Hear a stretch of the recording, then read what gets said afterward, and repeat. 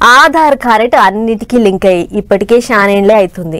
Bank ఖాతా కాడ నుంచి మొదలు పెడితే గ్యాస్ బుడ్డి, సిమ్ కార్డు, భూముల రిజిస్ట్రేషన్లు, పరీక్షల ఫలితాలు ఇగో గిట్ల చెప్పుకుంటా పోతే ఇంకా శానే ఉన్నాయి.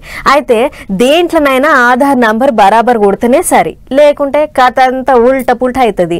ఇగో ఇట్లనే ఏంలాడ దిక్కు ఓ రైతు ఆధార్ కార్డ్ నెంబర్ రాంగ్ కొట్టిర్రట అధికారులు. అట ఇంకా ఏమైందో మీరే చూడుర్రి. రాజుల సొమ్ము రాళ్లపాలైందో లేదో మనమైతే చూడలేదు గాని రైతు కష్టాన్ని దేవుల పాలు చేసిరు ఎమ్లాడున్న కొందరు సర్కారు బ్యాంకు అధికారులు.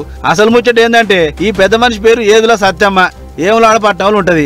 అయితే ఈ నెల 6 తారీఖు నాడు పత్తి అమ్మిరాట వీళ్ళు. ఇక పత్తి కొన్నోళ్ళు తూకం బీకం వేసుకుని పైసలు అకౌంట్లు వేస్తారు కదా, అగో అట్లనే వీళ్ళు పంట అమ్ముకుంటే 2,14,000 రూపాయలు వచ్చినట్టు ఫోన్ కు మెసేజ్ వచ్చిందట. ఇక చూసి పైసలు తెచ్చుకోమని బ్యాంకుకు పోతే అవి మీ పైసలు కాదమ్మా, మీ పైసలు పోయి ఎమలాడ రాజన గుడి అకౌంట్ లో పడ్డాయి, మాకు తెలియదు, ఏదైనా ఉంటే మీరు పోయి గుడిలో నడుకోపోయి అని అలవాటైన తీర సమాధానం చెప్పిరాట వాళ్ళు. దీంతో రైతు తలకాయ పట్టుకుంది.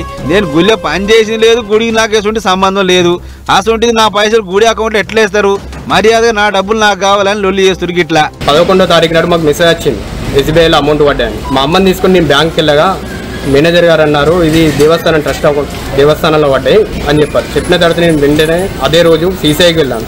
సీసీఐకి వెళ్తే సెక్రటరీ గారి దగ్గరికి వెళ్ళమన్నారు. సెక్రటరీ గారి దగ్గరికి వెళ్తే సెక్రటరీ గారు లెటర్ పెట్టారు. లెటర్ పెడితే సీసీఐ నుండి బ్యాంకుకి లెటర్ వచ్చింది.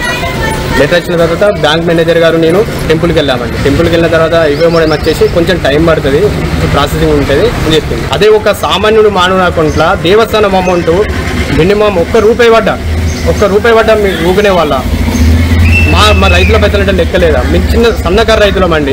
అమౌంట్ వచ్చేసి 2,14,000 రూపాయలండి. తక్షణమే మా అమౌంట్ మాకు త్వరగా జమ చేయాల్సిందే. అయినా సుతా మా పైసలు మాకు రాలే, ఏంది మాకు ఆగం, పంట అమ్ముకున్న నిమ్మలం లేకుండా చేసిరు అని గరం అవుతారు ఇంటర్లు. అయితే బ్యాంకులో వీళ్ళ ఆధార్ నెంబర్ గుడి అకౌంట్ తో లింక్ చేసిరాడు కొందరు పనివంతులు. అందుకే ఈ పరిశాను. ఇక ఇదే ముచ్చట మీద రైతు పోయి ఏమలాడు గుడి ఈవోని కలిస్తే ఆమె మాకేందా, మేమేమన్నా మిమ్మల్ని పైసలు ఏమన్నావా, వేసిన వాళ్ళని అడుగుపో అని రువాకు సమాధానం చెప్పిందట. దీంతో అదే గుడి పైసలు ₹1 మా అకౌంట్ లో పడితే వీళ్ళు ఊకునటోళ్ళేనా, అదే మంది పైసలు కాబట్టి ఇంత లాభారం చేస్తుర్రు. ఇప్పటికన్నా రైతు చెమటను దోసుకోకుండా ఎటుబడి మా పైసలు మాకు ఇచ్చిన వాళ్ళు కావాలి, లేకుంటే ఎందాకైనా పోతామని ఒక్క తిరిగా చెప్పుకొస్తారు. మరి 20 రోజుల సంధి నాంతో ఈ 10 పైసల పంచాయతీ ఎట్లా దిగుతుందో ఏమో చూడాలి.